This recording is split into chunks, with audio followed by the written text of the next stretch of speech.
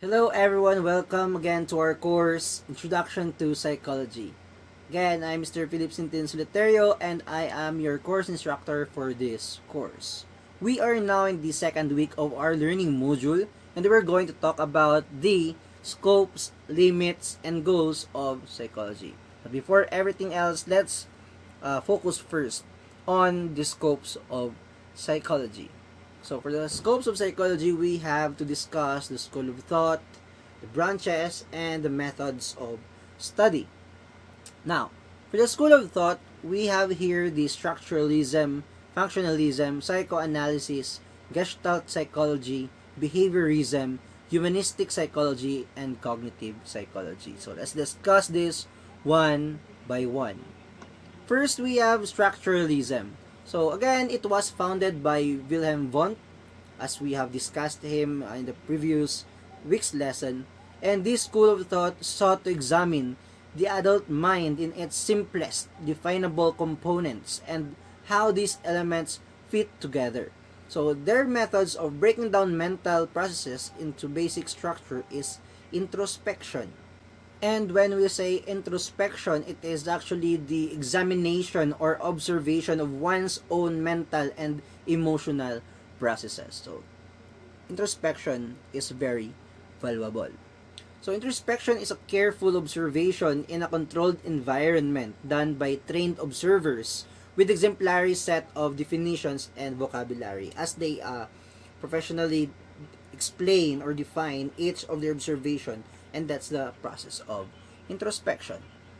Next, after the structuralism, we have here the functionalism.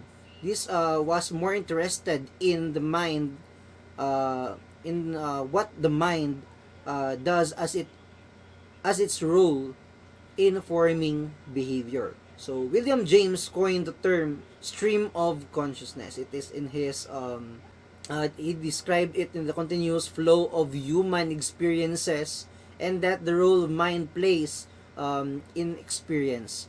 So, next prominent functionalist to James was John Dewey, and he believed that how a person perceives a situation plays a crucial role in his actions or responses. So, to that particular experience. So, he asserted that stimulus, sensation, and response are not separate events but links to those chains.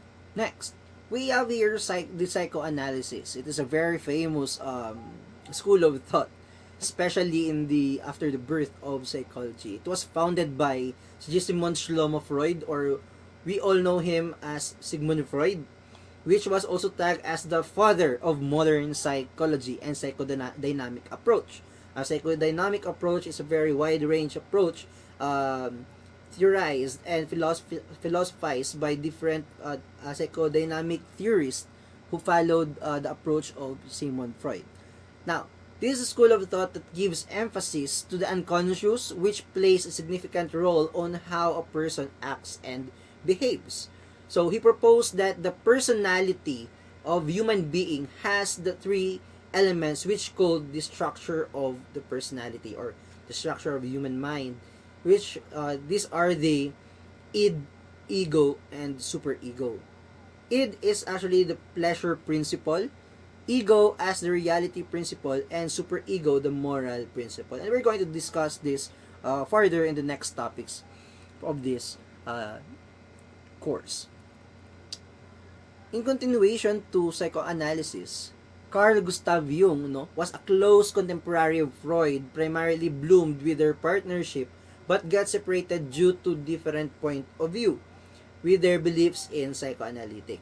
Now, he was famous with his concept of extroversion and introversion together with his archetypes. So his major archetypes are the self, the shadow, the anima or the animus, and the persona.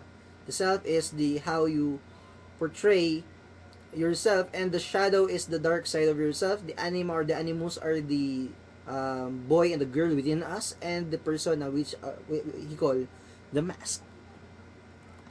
Now, let's proceed with the Gestalt Psychology. Same with the Functionalism, this school of thought was not only formed by a single proponent. So, the major theorists are Max Wertheimer, Kurt Kafka, and Wolfgang Kohler. So Gestalt proposed the idea that the brain perceives things as a whole rather than the separate compartments. So the aim of this to understand the nature of the whole experience, including how this experience affect behavior. This school of thought can be associated with the quote, "The whole is greater than the sum of its part." And for the examples of the Gestalt laws, we have here the law of similarity, law of pregnance, or the law of good figure, law of proximity, law of continuity, law of closure, and law of the common region. And it is more focusing on the perspectives in explaining human behavior. Next, behaviorism. It was in the 20th century, it was the dramatic change in psychology where behaviorism was born and asserted that the behavior can be learned because the mind can be conditioned. Are you familiar with the conditioning? The classical and the operant conditioning of Ivan Pavlov, John B. Watson, and B.F. Skinner? Though behaviorists rejected the concept of conscious and unconscious, no, in opposition to the psychoanalysis, for it has low reliability as it cannot be observable.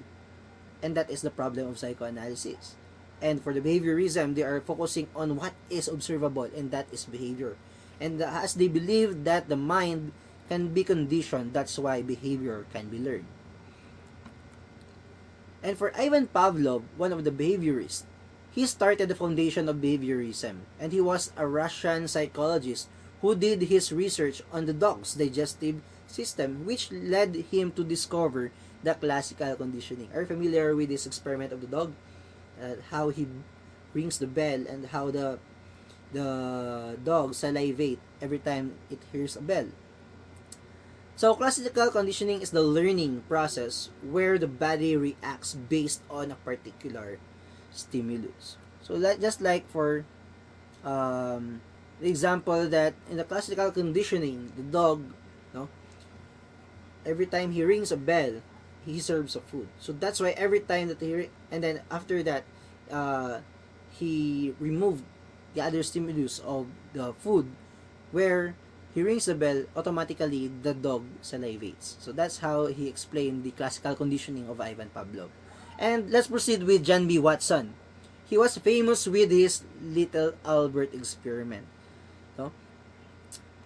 Where in his Little Albert experiment, there is a 9-month-old Albert exposed to stimuli and observed white rat paired with loud noise, and Albert conditioned to fear white rat because little Albert feels tremble or is trembling every time the noise is being produced, and it was associated with the white rat. That's why every time he saw a white rat, it automatically makes him feel tremble. Next, Frederick Schiller, or B.F. Skinner. He was very famous with his operant conditioning and negative reinforcement. He believed that the behavior is formed not because of the stimulus, but what happens after the stimulus had been presented. So operant conditioning is a learning method which operates on the reward and punishment. For him, behavior is formed based either an act will be punished or be rewarded. So for example, a child, if you're going to reward the child with something, for example, a toy, every time he or she gets high scores in the test, then more likely the child will work hard in studying for that reward. So, in order for to get that reward, you have to study well in order to get the reward. So, if, for example, the child is very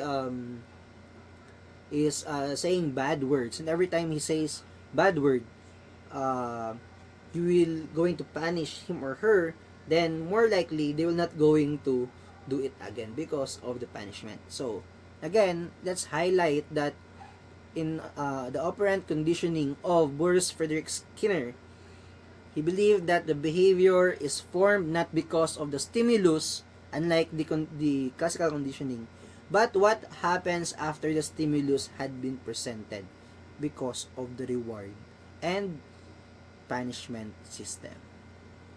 Next, let's proceed with the humanistic psychology. Humanistic psychology was born to come as a reaction to both psychoanalysis and behaviorism. So this school of thought believed that the psychoanalysis was too pessimistic, yes, because very negative yung approaches nila, that because it focused to the tragic emotion, and while the behaviorism failed to put personal choice into consideration because they only focus on the behavior, and that behavior can be learned because the mind can be conditioned. Now, this gave emphasis on the importance of growth and self-actualization. So, mas nag-focus ito sa personal choice and humanistic considerations. Now, we have here Abraham Maslow, no? He was very famous with this hierarchy of needs. He was considered as the father of humanistic psychology. Now, he was interested in the human potential and in improving mental health by seeking personal growth. Now Maslow also emphasized the importance of choice and creativity while in development. He was famous with his theory, the hierarchy of needs. And let's see the hierarchy of needs. We have here the physiological needs, the very bottom, safety, love and or belonging, esteem, and self-actualization. For the physiological needs, we have here breathing, food, water, sex, sleep, homeostasis, excretion. These are the basic needs. Next level, in the safety needs, we have security of the body, of the employment, the resources, the morality, the family, the health, and the property. Next, the love and belonging needs, friendship, family, sexual intimacy, and partnerships. Next, esteem, self-esteem, confidence, achievement, respect of others, respect by the others. And the last one, the highest one, our goal, we are greatly motivated to reach this with these following steps: the self-actualization. And it considers morality, creativity, spontaneity, problem solving, lack of prejudice, and acceptance of facts. Now, for Carl Rogers, also a humanistic psychologist or proponent of humanistic psychology, he followed and advocated Maslow's hierarchy of needs, and he believed that the highest authority when it comes to forming a behavior was experience. So he also developed a therapy method called the client-centered therapy that is asking and providing unconditional positive regard in terms of the therapeutical approach for the client-centered therapy.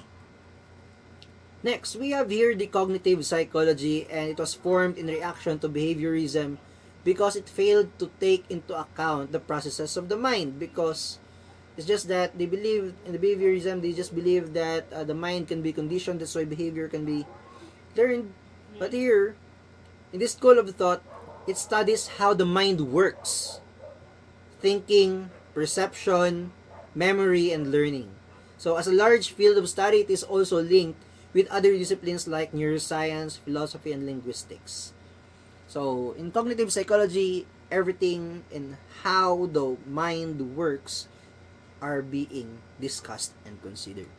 Also, the cognitive psychology was proposed by Jan Piaget, and he was a child psychologist who studied how children think and how the child's ability to think develop as they grow. And he used the phenomenological approach in his studies to carefully seek answers in arguing and gauging the level of understanding and reasoning of the children. And that's how he started to propose cognitive psychology, by studying children, how the mind works. And it was further explained in his recent studies before So that's all for the scope of psychology. Please do read the reading materials provided below, and see you on the next topic.